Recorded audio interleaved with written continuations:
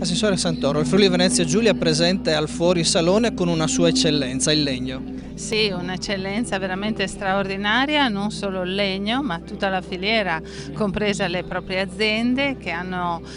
contribuito a realizzare questa installazione nel chiostro dell'Università di Milano in un evento del fuorisalone ideato dall'architetto Stefano Boeri. Un grande orgoglio perché è una grande qualità, una grande rappresentanza regionale di quello che può essere davvero un valore aggiunto della filiera legno nella nostra regione. Dietro questo concetto c'è la biodiversità che è diventata un elemento distintivo a livello nazionale per il Friuli Venezia Giulia. Sì, e il Friuli Venezia Giulia si distingue a livello nazionale per la biodiversità in quanto è una delle regioni che ha più alto tasso di biodiversità. Il termine radura, che è il titolo di questa opera, evidentemente ricorda tutto il tema dell'imboschimento e che quindi di quanto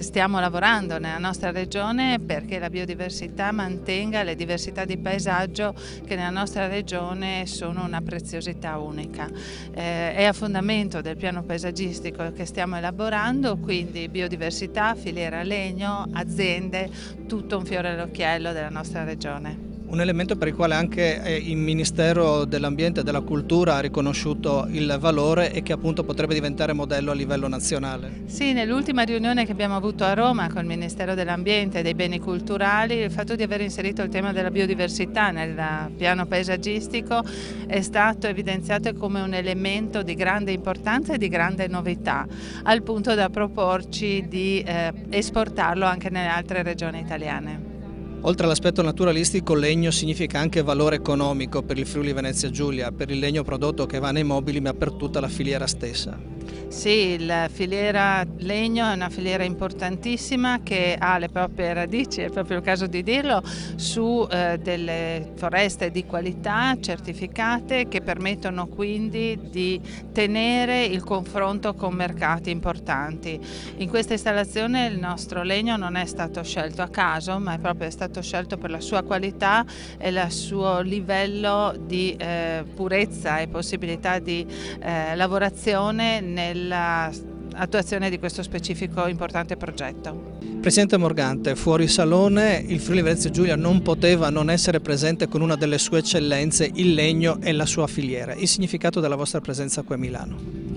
La presenza è funzionale a promuovere a livello italiano e internazionale tutto il comparto della filiera foresta legno che in Friuli Venezia Giulia fino adesso non è riuscito ad ottenere quella visibilità che si merita. Noi abbiamo una grande risorsa che sono i nostri boschi,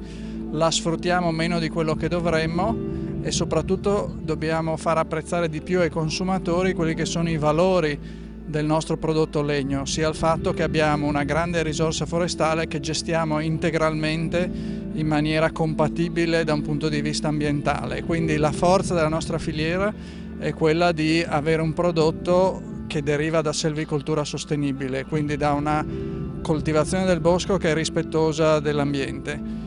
L'architetto Boeri incarna tutti questi valori perché con tutto il suo lavoro ha sempre dimostrato di voler avere molta attenzione per i valori ambientali e quindi credo che sia un matrimonio perfetto. Architetto Boeri, come è nata l'idea di radura e soprattutto di collaborazione con il Friuli Venezia Giulia? È nata perché avevamo voglia di creare uno spazio che dentro questa straordinaria Corte del 400 creasse un momento di ulteriore intimità, senza però in nessun modo cancellare la presenza della Corte della Farmacia, che è un edificio del Filarete del 1400 ancora, come dire, straordinario. Allora abbiamo pensato a questo, recinto fatto di cilindri di legno che in qualche modo costituisce uno spazio più interno ma non separato dall'esterno, per cui insieme a Ferdinando Arnaud, che è un compositore milanese, abbiamo immaginato che tutta la corte potesse funzionare come una cassa armonica insieme a Mélanie De Biasio, cantante belga che ha composto con Fernando delle musiche specifiche di questo luogo, si è creata questa sorta di esperienza sensoriale e musicale insieme che permette di muoversi tra la corte e la radura più interna,